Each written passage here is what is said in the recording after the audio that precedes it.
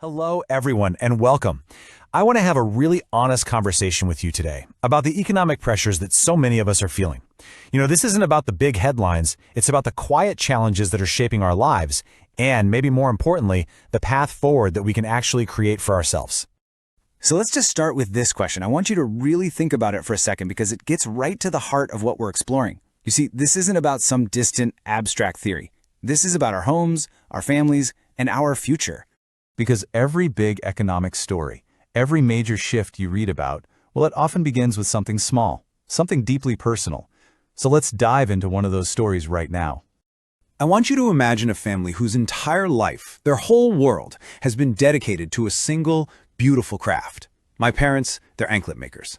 They've been making these incredible silver anklets ever since they were kids. I mean, it's so much more than a job for them. It's their identity. It's who they are.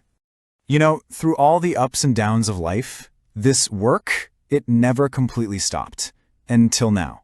The price of silver just shot through the roof, and almost overnight, the customers who loved their work, they just couldn't afford it anymore. The demand, it just vanished. So, for the very first time in their entire lives, my parents are just sitting at home with no work at all. And with my siblings still in college and bills that need to be paid, the weight of the entire family, it suddenly fell onto one person's shoulders. And that one single price change, it planted a very, very deep fear. That story, that one little shift, it's really just a small window into a much, much bigger picture. It's a symptom of 5 larger pressures that are quietly building up, coming together, and affecting millions and millions of us across the country. So what are these 5 forces? Well, we've got high youth unemployment, AI coming in and disrupting the job market, growing wealth inequality, environmental pressures that now have a daily cost, and on top of it all, this deep, widespread mental exhaustion. Let's just break each one of these down. First up, jobs. We're always hearing about this incredible demographic advantage, right? This huge young population. But here's the crazy paradox. It seems like the more you study, the harder it is to actually find a job. Get this. The unemployment rate for a graduate is a staggering 29.1%, but for someone who's uneducated, it's just 3.4%. Can you imagine the kind of quiet, simmering pressure that's creating inside millions of young people? And then you throw AI into the mix. And you know what? AI isn't coming for the CEOs. It's automating the entry-level jobs, the very first rung on the career ladder that all the fresh graduates are trying to get on. Basic coding, data entry, customer support. These roles are starting to disappear, making it even tougher to just get your foot in the door. Then we have the environment. And this is no longer some abstract issue for the future. With the air quality in cities like Delhi reaching hazardous levels, air purifiers have become as common as ceiling fans. We don't trust the water from the top anymore, so we buy it in cans. The most basic things you need to survive have now become monthly expenses on the budget. And all of this, it leads to that 5th pressure, a generation that is just completely exhausted. We're working longer and longer hours, often in a gig economy that has no safety net. We're constantly comparing our real lives to these perfect, curated highlight reels on social media. And we're more disconnected from real face-to-face human interaction than ever before. And here's the crucial point. A mentally exhausted generation cannot build a stable future. So when you put all these pressures together, they create a very specific kind of economic reality. It's not like everyone is struggling in the same way. In fact, the economy is moving in 2 completely different directions at the exact same time. Economists have a name for this. They call it a K-shaped recovery.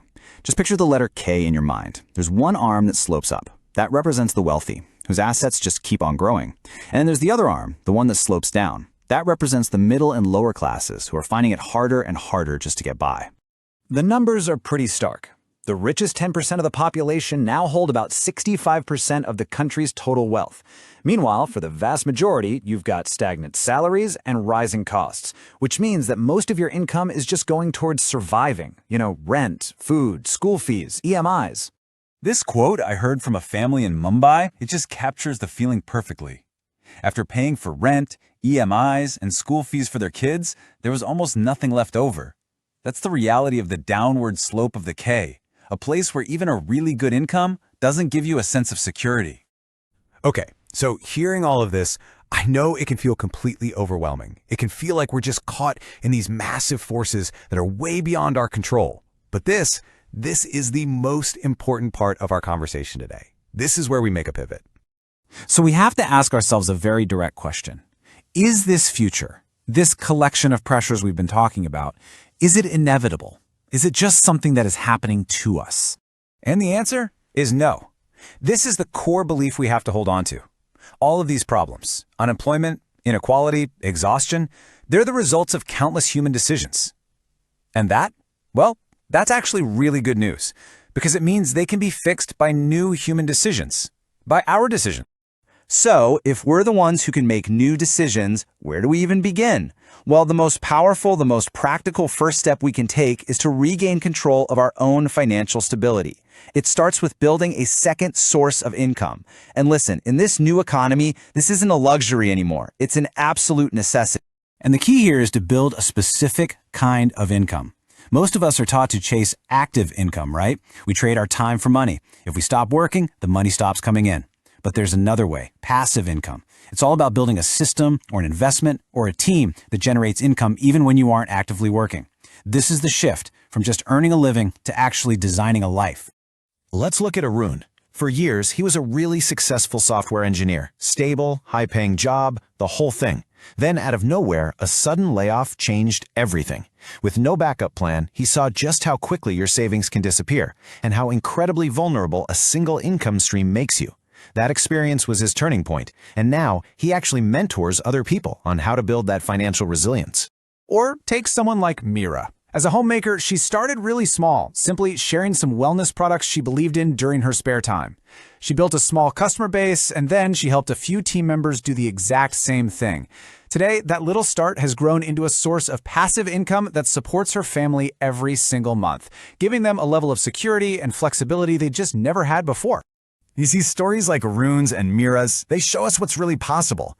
The path forward isn't about waiting for the entire system to change. It's about making a new decision for ourselves.